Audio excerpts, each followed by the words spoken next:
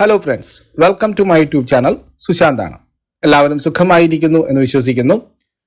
ഇന്നത്തെ മൂന്നാമത്തെ ട്രേഡിംഗ് ദിവസം കഴിഞ്ഞു. ബുധനാഴ്ച നിഫ്റ്റിയും സെൻസെക്സും മിഡ് ക്യാപ്പും സ്മോൾ ക്യാപ്പും ഒക്കെ തന്നെ കണ്ടിന്യൂസ് ആയിട്ട് ഒരു അപ്സൈഡിലേക്ക് പോയിക്കൊണ്ടിരിക്കുന്നതായിട്ടാണ് കുറച്ച് ദിവസങ്ങളായിട്ട് നമ്മൾ കാണുന്നത്. ഇന്നും അതിന് തടസ്സമൊന്നും വന്നിട്ടില്ല. ഇന്നും മുകളിലേക്ക് തന്നെയാണ് പ്രധാനപ്പെട്ട ഇൻഡെക്സുകളൊക്കെ പോയിരിക്കുന്നത്.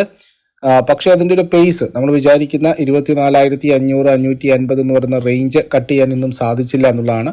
ഇന്ന് നിഫ്റ്റി 24,570 വരെ പോവുകയുണ്ടായി. പിന്നീട് അതിനുശേഷം ഒരു കറക്ഷനിലേക്ക് വരികയായിരുന്നു.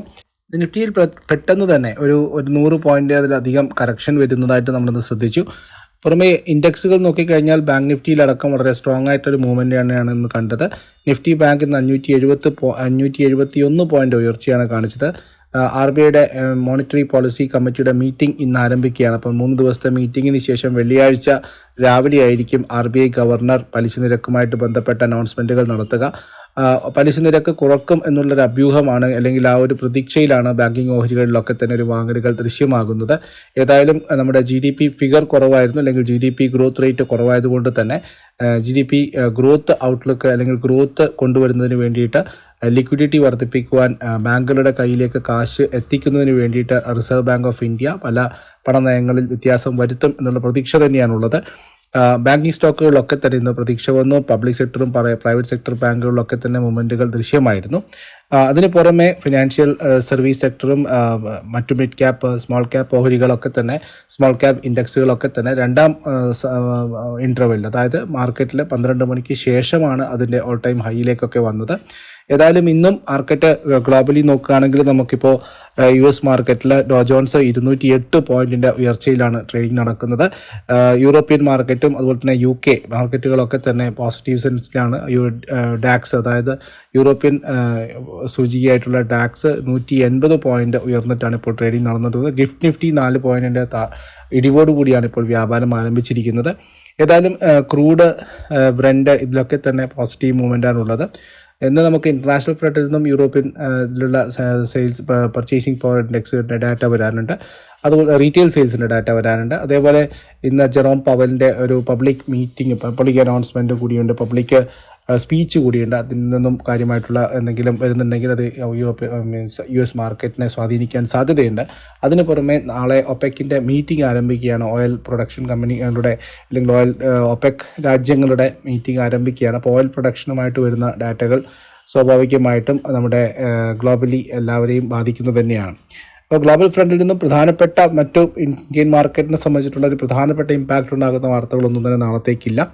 അതേസമയം നമ്മുടെ നാളത്തെ ക്രൂഷ്യലായിട്ടുള്ള ലെവലുകൾ 24,300 350 തന്നെയാണ് ശക്തമായിട്ട് ഒരു സപ്പോർട്ട് സോണായിട്ട് നിഫ്റ്റിയെ സംബന്ധിച്ച് വർത്തിക്കുന്നത്. അതേസമയം 24,550 മുകളിൽ അല്ലെങ്കിൽ 500 550 എന്നുള്ള ആ ഒരു വലിയ പ്രതിരോധം ഭേദിച്ച് മുന്നോട്ട് പോവുകയാണെങ്കിൽ സ്വാഭാവികമായിട്ടും ഒരു 650 700 വരെയെങ്കിലും നിഫ്റ്റിക്ക് ഒരു ഷോർട്ട് കവറിംഗ് റാലി ഉണ്ടാവും.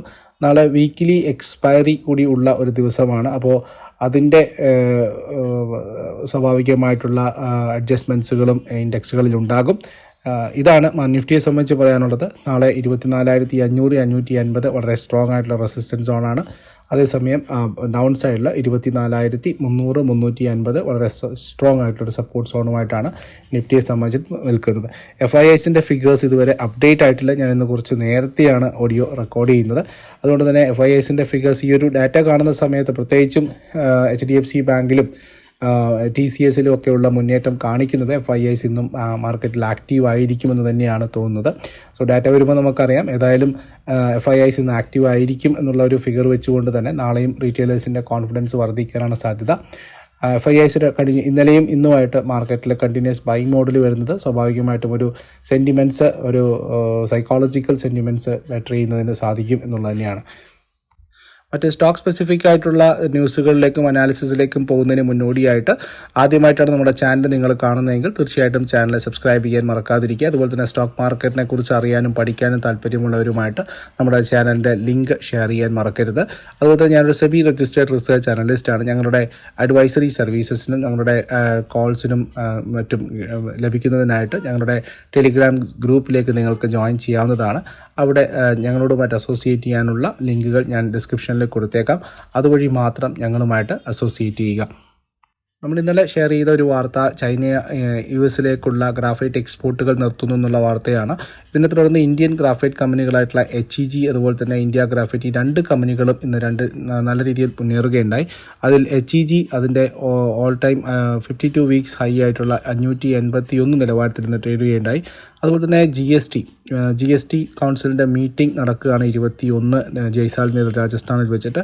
അപ്പോൾ പല ഊഹാപോഹങ്ങളുമാണ് നടക്കുന്നത്. ഇപ്പോൾ വന്നിരിക്കുന്നത് 2 ദിവസമായിട്ടുള്ള മാർക്കറ്റിലുള്ള ഒരു റൂമർ എന്താണെന്ന് വെച്ച് കഴിഞ്ഞാൽ ലൈഫ് ഇൻഷുറൻസ് അതുപോലെ തന്നെ മെഡിക്കൽ ഇൻഷുറൻസുകളുടെ മുകളിലുള്ള GST കുറക്കുമെന്നുള്ളതാണ്. അത് സ്വാഭാവികമായിട്ടും എല്ലാ ഇൻഷുറൻസ് കമ്പനികളെ സംബന്ധിച്ചിട്ടും അല്ലെങ്കിൽ ലൈഫ് ഇൻഷുറൻസ് കമ്പനികളെയും മെഡിക്കൽ ഇൻഷുറൻസ് കമ്പനികളെയൊക്കെ തന്നെ അതിൻ്റെ ലൈം ലൈറ്റിലേക്ക് കൊണ്ടുവന്നിട്ടുണ്ട്.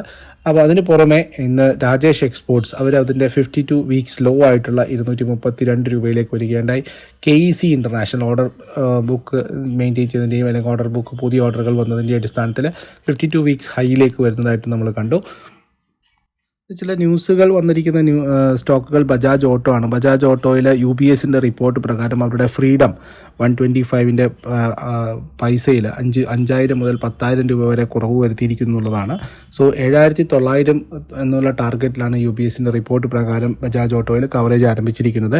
മറ്റൊരു കമ്പനി അലംബിക് ഫാർമയാണ്. അലംബിക് ഫാർമയിൽ USFDയുടെ അപ്രൂവൽ, അവരുടെ ഐ ഡ്രോപ്സിന് USFDA അപ്രൂവൽ വന്നിരിക്കുന്നുള്ള വാർത്തയാണ്. പിന്നെ സുസ്ലോണിൻ്റെ വാർത്തയാണ്. സുസ്ലോൺ ജിൻഡാൽ റിന്യൂവബിൾ എനർജിയുമായിട്ട് ചേർന്ന് 302.4 മെഗാവാട്ടിൻ്റെ വിൻഡ് പവർ പ്രൊജക്റ്റുകൾ കമ്പനി ഇനീഷ്യേറ്റ് ചെയ്യാൻ പോകുന്നു എന്നുള്ളതാണ്. ഇത് സ്വാഭാവികമായിട്ടും ഈ സ്റ്റോക്കുകളിൽ മൊമെൻറ്റം വന്നു. ഇതിൽ സുസ്ലോൺ എനർജി നമ്മൾ കഴിഞ്ഞ 2 വീക്കിലി പോഡ്കാസ്റ്റിന് മുമ്പ് ചെയ്തിരിക്കുന്ന വീഡിയോ ആയിരുന്നു. സുസ്ലോണിൻ്റെ ഫണ്ടമെൻ്റൽ അനാലിസിസും കൃത്യമായിട്ട് എല്ലാ കാര്യങ്ങളും എക്സ്പ്ലെയിൻ ചെയ്തുകൊണ്ട് തന്നെ 80 രൂപ ടാർഗറ്റ് പറഞ്ഞുകൊണ്ട് സുസ്ലോൺ ഞങ്ങൾ കവറേജ് ആരംഭിച്ചിരുന്നു. ഇത് സുസ്ലോൺ ഞങ്ങളുടെ പെയ്ഡ് മെമ്പേഴ്സ് സ്വിംഗ് സ്കിങ്ങിൽ ഉള്ള മെമ്പേഴ്സിൻ്റെ കയ്യിൽ കൂടി ഉള്ള ഓഹരിയാണ്. വളരെ മുമ്പ് തന്നെ നമ്മൾ ഹോൾഡ് ചെയ്യുന്നൊരു ഓഹരി കൂടിയാണ് സുസ്ലോൺ. അതിനുപുറമെ മഹീന്ദ്ര ഹോളിഡേയ്സ് അവരുടെ റിസോർട്ടുകളിലെ ഹിമാചൽ പ്രദേശിലുള്ള റിസോർട്ടുകളിൽ അവരുടെ കപ്പാസിറ്റി എക്സ്പാൻഷൻ നടത്തിയിരിക്കുന്നു എന്നുള്ള വാർത്ത. ഏകദേശം 200-ലധികം ബെഡുകളും ആഡ് ചെയ്തുകൊണ്ടാണ് ഈ കപ്പാസിറ്റി എക്സ്പാൻഡ് ചെയ്തിരിക്കുന്നു എന്നുള്ള വാർത്തയാണ് മഹീന്ദ്ര ഹോളിഡേയ്സുമായിട്ട് ബന്ധപ്പെട്ട വിവരങ്ങൾ എക്സ്ചേഞ്ചിന് കൊടുത്തിരിക്കുന്നത്. ഇനി സ്റ്റാർ സിമെൻറ്റിൽ നിന്ന് വന്നിരിക്കുന്ന ഒരു കൺഫർമേഷനാണ്. നമുക്കറിയാം, ഒരു മാസം മുമ്പ് സ്റ്റാർ സിമെൻറ്റിൽ നല്ല രീതിയിലുള്ള ബൈയിങ് മൊമെൻറ്റം കണ്ടിട്ടുണ്ടായിരുന്നു. Adani group of companies star സിമെൻറ്റുമായിട്ട് ഒരു ഏറ്റെടുക്കലിൻ്റെ ചർച്ചകൾ നടക്കുന്നു എന്നുള്ള വാർത്ത വന്നിട്ടുണ്ടായിരുന്നു. പക്ഷേ ഇന്ന് സ്റ്റാർ സിമെൻറ്റിൻ്റെ അധികൃതർ അല്ലെങ്കിൽ മാനേജ്മെൻറ്റ് അത് കൃത്യമായിട്ട് പറഞ്ഞിരിക്കുകയാണ്, അങ്ങനെ ഒരു ചർച്ചയില്ല. അദാനി ഗ്രൂപ്പുമായിട്ടുള്ള ഒരു ടേക്ക് ഓവറിനും അല്ലെങ്കിൽ ഒരു മെർജറിനും തന്നെ ഇപ്പോൾ പ്രസക്തിയില്ല എന്നുള്ളത് സ്റ്റാർ സിമെൻറ്റ് കൃത്യമായിട്ട് വ്യക്തമാക്കിയിരിക്കുന്നു. അതിന് പുറമെ ഇന്ന് മണപ്പുറം പോലുള്ള ഗോൾഡ് ഫിനാൻസ് രംഗങ്ങളെ NBFCകളിൽ നിന്നൊരു മൊമെൻറ്റം കണ്ടു. അതിൽ വരുന്ന ദിവസങ്ങളിൽ മൂവ് ചെയ്യാൻ സാധ്യതയുള്ളൊരു NBFC ആയിട്ട് തോന്നുന്നത് ചോള ഫിനാൻസ് ആണ്, ചോളമണ്ഡലം ഫിനാൻസ്. അതിൽ കുറച്ച് മൂവ്മെൻറ്റുള്ള സാധ്യതകൾ കാണുന്നു. അതേസമയം മണപ്പുറം ഇന്നും 170 രൂപയ്ക്ക് മുകളിൽ വരികയുണ്ടായി. അതുപോലെ നാളെ വലിയ രീതിയിലുള്ള ബ്ലോക്ക് ഡീൽ നടക്കാൻ സാധ്യതയുള്ള ഒരു ഓഹരി ഇൻഡസ് ടവറിനാണ്. ഇൻഡസ് ടവറിലുള്ള 3% സ്റ്റേക്ക് വോഡാഫോൺ ഐഡിയ അവർ വിൽക്കാൻ തീരുമാനിച്ചിട്ടുണ്ട്. അതുപോലെ തന്നെ മറ്റു ചില കമ്പനികൾ കൂടി ബ്ലോക്ക് ഡീൽ നടത്തി ഇൻഡസ് ടവറിലുള്ള ഓഹരികൾ വിൽക്കുന്നതായിട്ടാണ് അറിയാൻ സാധിച്ചത്. 2,700 കോടി രൂപയുടെ ഓഹരിയാണ് വിൽക്കാൻ സാധ്യതയുള്ളത്. ഇതിൽ 343-നും 358-നും ഇടയിലാണ് പ്രൈസ് റേഞ്ച് വരാൻ സാധ്യത. അതായത് മാർക്കറ്റ് ബ്ലോക്ക് ഡീൽ ഏകദേശം 4%-ലധികം ഡിസ്കൗണ്ടിലായിരിക്കും നടത്തപ്പെടുക എന്നുള്ളതാണ്. കൊഡാക്ക് ഇൻസ്റ്റിറ്റ്യൂഷൻ അതുപോലെ തന്നെ ബാങ്ക് ഓഫ് അമേരിക്ക ഇവരായിരിക്കും ഇതിനെ ഡീൽ ചെയ്യാൻ പോകുന്നത്. അതുപോലെ തന്നെ ഈ സ്റ്റേക്ക് സെയിൽ വഴി ഉണ്ടാകുന്ന പൈസ വോഡാഫോൺ ഐഡിയ അവരുടെ കടങ്ങൾ വീട്ടുന്നതിന് വേണ്ടിയിട്ടാണ് ഉപയോഗിക്കുക എന്നുള്ള വാർത്തകളാണ് വന്നുകൊണ്ടിരിക്കുന്നത്. അതുപോലെ തന്നെ വോഡാഫോൺ ഐഡിയയുമായിട്ട് വന്നിരിക്കുന്ന മറ്റൊരു വാർത്ത, അവരുടെ മാർക്കറ്റ് റവന്യൂ മാർക്കറ്റ് ഷെയർ കുറയുന്നതായിട്ടുള്ള അതിൻ്റെ ഓൾ ടൈം ലോയിലേക്ക് വന്നിരിക്കുന്നു റവന്യൂ മാർക്കറ്റ് ഷെയർ എന്നുള്ളതാണ് വാർത്ത. 14.5% കുറഞ്ഞിരിക്കുന്നു. കഴിഞ്ഞ ക്വാർട്ടറിൽ Q1 അത് 15% മുകളിലായിരുന്നു. ഇപ്പോഴത് 15% താഴെ വന്നിരിക്കുന്നു. അത് ഈ കമ്പനിയെ സംബന്ധിച്ചിട്ട് ഏറ്റവും ചെറിയ റവന്യൂ മാർക്കറ്റ് ഷെയർ ആയിട്ടാണ് കണക്കാക്കുന്നത്. 3 വർഷം കൊണ്ട് കമ്പനി ഏകദേശം 50,000 മുതൽ 55,000 രൂപ വരെയൊക്കെ കപ്പാക്സിന് വേണ്ടിയിട്ട് ചിലവാക്കുന്നു എന്ന് പറയുന്നു. പക്ഷേ ഇപ്പോഴും മൊറട്ടോറിയം ഫണ്ടിങ് വരാനുണ്ട്. അതുപോലെ തന്നെ ബാങ്ക് ഡ്യൂസ് കമ്പനിക്ക് കൊടുത്തു തീർക്കാനുണ്ട്. ഫണ്ടിങ്ങുമായിട്ട് ബന്ധപ്പെട്ട് എവിടെ നിന്നാണ് കമ്പനിയിലേക്ക് ഫണ്ട് വരിക എന്നുള്ളത് അനിശ്ചിതത്വമാണ്. ഇതുവരെ അതിനൊരു തീരുമാനം മാനേജ്മെൻറ്റ് അറിയിച്ചിട്ടില്ല. ബാങ്കുകൾ ഈ പറയുന്ന AGR റവന്യൂവിൽ ഗവൺമെൻറ് ഇപ്പോൾ കൺസെഷൻ കൊടുത്തിട്ടുണ്ടായിരുന്നു. സ്പെക്ട്രത്തിന് കൊടുത്തിരിക്കുന്ന ബാങ്ക് ഗ്യാരണ്ടികൾ 2021-22 വരെയുള്ള ബാങ്ക് ഗ്യാരണ്ടികൾക്ക് വേണ്ട എന്നുള്ള ഒരു തീരുമാനം ഗവൺമെൻറ് വന്നിട്ടുണ്ടായിരുന്നു.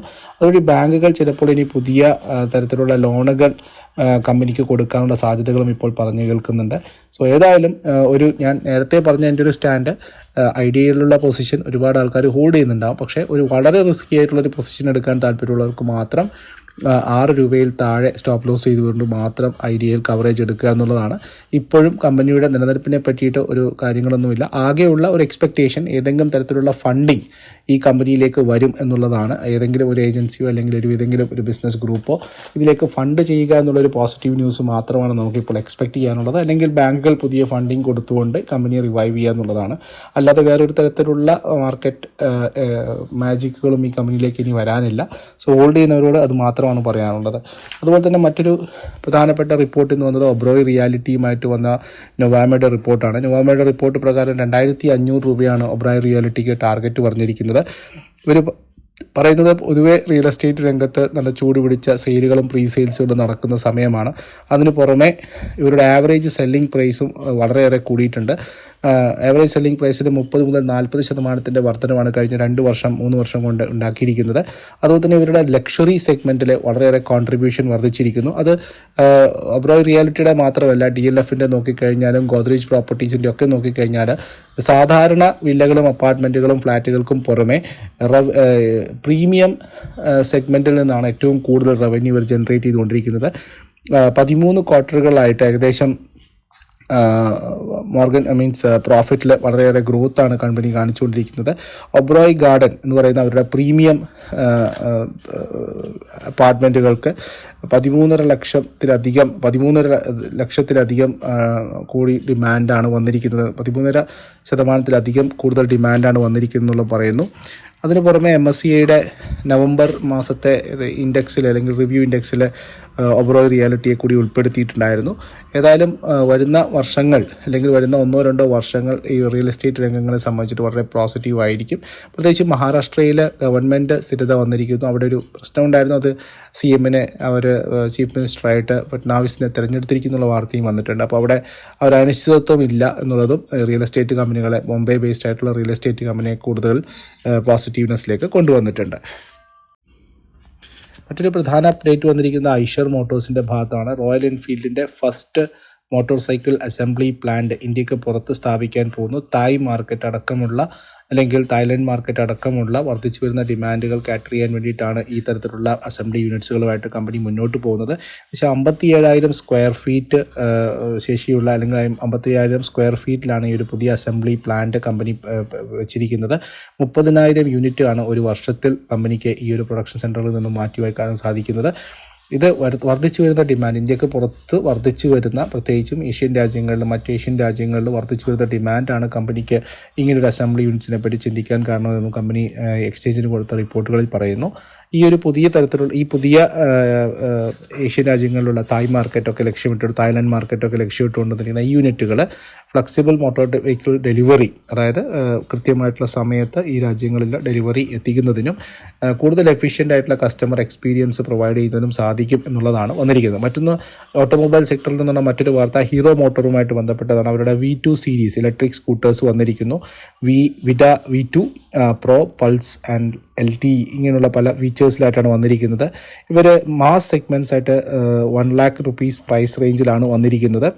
റിമൂവബിൾ ബാറ്ററീസ് ഉണ്ട് എന്നൊക്കെയാണ് കമ്പനി അവകാശപ്പെടുന്നത്. ഏതായാലും ഇതിൻ്റെ ഒരു ഗുണം ഓലയുമൊക്കെ ആയിട്ട് കോമ്പീറ്റ് ചെയ്യാൻ പോകുന്നത് ഹീറോ മോട്ടോർ കോപ്പൊക്കെയാണ്. അത് ഹീറോ മോട്ടോർ പോലുള്ള ഒരു ബ്രാൻഡഡ് ഓലയുമൊക്കെ ആയിട്ട് കോമ്പീറ്റ് ചെയ്യാൻ വരുന്നു എന്നുള്ള വാർത്തയും ഓട്ടോമൊബൈൽ സെക്ടറിൽ നിന്ന് വരികയുണ്ടായി. അപ്പോൾ നമ്മൾ കുറച്ച് ദിവസങ്ങളായിട്ട് പറഞ്ഞിരിക്കുന്ന പല ഓഹരികളും, നമ്മുടെ വീക്കിലി പോഡ്കാസ്റ്റിൽ പറഞ്ഞിരിക്കുന്ന പല ഓഹരികളും, ഇന്ന് സാന്താർ ടെക്നോളജി, ഇന്ന് നമ്മൾ 500-520 റേഞ്ചിൽ നമ്മളൊരു വീക്കിലി പോഡ്കാസ്റ്റിൽ പറഞ്ഞിരിക്കുകയായിരുന്നു. അതിൻ്റെ ഫണ്ടമെൻ്റൽസ് അടക്കം ഞാൻ കൃത്യമായിട്ട് എക്സ്പ്ലെയിൻ ചെയ്തിട്ട് പറഞ്ഞിട്ടുണ്ടായിരുന്നു. ഇന്ന് ആ ഓഹരി 600 രൂപക്ക് മുകളിൽ വരികയുണ്ടായി. അതുപോലെ തന്നെ നമ്മൾ പലപ്പോഴായിട്ട് റെക്കമെൻഡ് ചെയ്ത പല ഓഹരികളും മസ്താവ് ഡോക്ക് ആയാലും അതിൻ്റെ ഫണ്ടമെൻ്റൽസ് ഞാൻ വീക്കിലി പോഡ്കാസ്റ്റിൽ എക്സ്പ്ലെയിൻ ചെയ്തതാണ്. അതൊന്നും നല്ല രീതിയിലുള്ള 4800 മൂലം വരികയുണ്ടായി. CDSL പോലുള്ള കമ്പനികളിലൊക്കെ തന്നെ നല്ല രീതിയിലുള്ള മൊമെൻറ്റം സാധ്യമായിരുന്നു. നമ്മൾ വീക്കിലി പോഡ്കാസ്റ്റിൽ പറഞ്ഞിരിക്കുന്ന പല സ്ട്രോങ് ആയിട്ടുള്ള ഫണ്ടമെൻ്റൽസ് സഹിതം എക്സ്പ്ലെയിൻ ചെയ്ത ഓഹരികളിൽ നല്ല മുന്നേറ്റം സ്വീകരിച്ചതായിട്ട് കാണുന്നു. അതുപോലെ ഇന്ന് നമുക്ക് ഈ ഒരു വീക്കിൽ സംസാരിക്കുക അല്ലെങ്കിൽ ഈ ഒരു ദിവസം സംസാരിക്കാനുള്ള പല ഓഹരികൾ NBFCകളിൽ തന്നെയാണ്. മണപ്പുറം ഞാൻ ഇന്നലെ സൂചിപ്പിച്ചിട്ടുണ്ടായിരുന്നു, ചോളമണ്ഡലം ഫിനാൻസ്, അതുപോലെ തന്നെ ഹോട്ടൽ ബിസിനസ്സിൽ നിന്നുള്ള ലാവപ്പോള ഓൾറെഡി ഞാൻ സജസ്റ്റ് ചെയ്തതാണ്. അതിപ്പോൾ നമ്മൾ ഹോൾഡിങ്സിൽ തന്നെ വെച്ചിരിക്കുന്നു. സമി ഹോട്ടൽസ് ഇപ്പോൾ ഏകദേശം ഒരു 190, 195 റേഞ്ചിലാണുള്ളത്. എനിക്ക് തോന്നുന്നു സമി ഹോട്ടൽസ് 180 നമുക്ക് സ്റ്റോപ്പ് ലോസ് വെച്ചതുകൊണ്ട് 185 സ്റ്റോപ്പ് ലോസ് വെച്ചുകൊണ്ട് 200, 210 റേഞ്ചിലേക്ക് പോകാനുള്ള സാധ്യതകളാണ് സമി ഹോട്ടൽസിൽ കാണുന്നത്. നല്ല പേരുള്ള ഹോട്ടൽ ബ്രാൻഡ്സാണ് ഇവർ. റാഡിസൺസ് അടക്കമുള്ള നല്ല ഹോട്ടലുകൾക്ക് കാറ്റർ ചെയ്യുന്ന ഒരു ഹോട്ടൽ കൂടിയാണ്. ടെക്നിക്കലി പോസിറ്റീവാണ്. നമുക്ക് കൃത്യമായിട്ടുള്ള സ്റ്റോപ്പ് ലോസ് മാർക്കറ്റ് അറിയാമല്ലോ. കാരണം ഈ 1-2 ദിവസം കുറച്ചുകൂടി വളട്ടെ ആയിരിക്കും. നാളെ എക്സ്പയറി, അതുപോലെ തന്നെ മറ്റന്നാൾ മോണിറ്ററി പോളിസി, അതുകൂടി കണക്കിലെടുത്തുകൊണ്ട് വേണം ഈ ഓഹരികളിൽ എക്സ്പ്ലോഷൻ എടുക്കാൻ. ട്രേഡിംഗ് ആകുമ്പോൾ സ്വാഭാവികമായിട്ടും റിസ്ക് എക്സ്പോഷർ കൂടി കൂടുതലായിരിക്കും എന്നുള്ളതാണ്.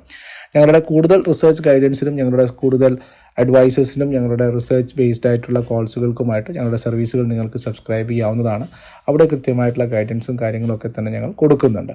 അപ്പോൾ മറ്റൊരു വീഡിയോയുമായിട്ട് കാണാം. നാളെയും മാർക്കറ്റ് ഒരു അപ്സൈഡിലേക്ക് തന്നെ വരട്ടെ. ഇൻവെസ്റ്റേഴ്സിനെല്ലാം തന്നെ നല്ലൊരു ദിവസമായിരിക്കട്ടെ എന്ന് ആശംസിക്കുന്നു. അതുപോലെ തന്നെ വീഡിയോ കണ്ട് ഇഷ്ടമായിട്ടുണ്ടെങ്കിൽ തീർച്ചയായിട്ടും നിങ്ങളുടെ അഭിപ്രായങ്ങൾ രേഖപ്പെടുത്താൻ മറക്കരുത്. നിങ്ങളുടെ നിർദ്ദേശങ്ങളും അഭിപ്രായങ്ങളുമാണ് ഞങ്ങളുടെ കൂടുതൽ റെസ്പോൺസിബിളായിട്ടുള്ള വീഡിയോസ് നിങ്ങളുടെ മുന്നിലേക്ക് എത്തിക്കുന്നതിന് സഹായിക്കുന്നത്. അപ്പോൾ മറ്റൊരു വീഡിയോയുമായിട്ട് കാണുന്നവരെ എല്ലാവർക്കും നന്ദി, നമസ്കാരം. താങ്ക്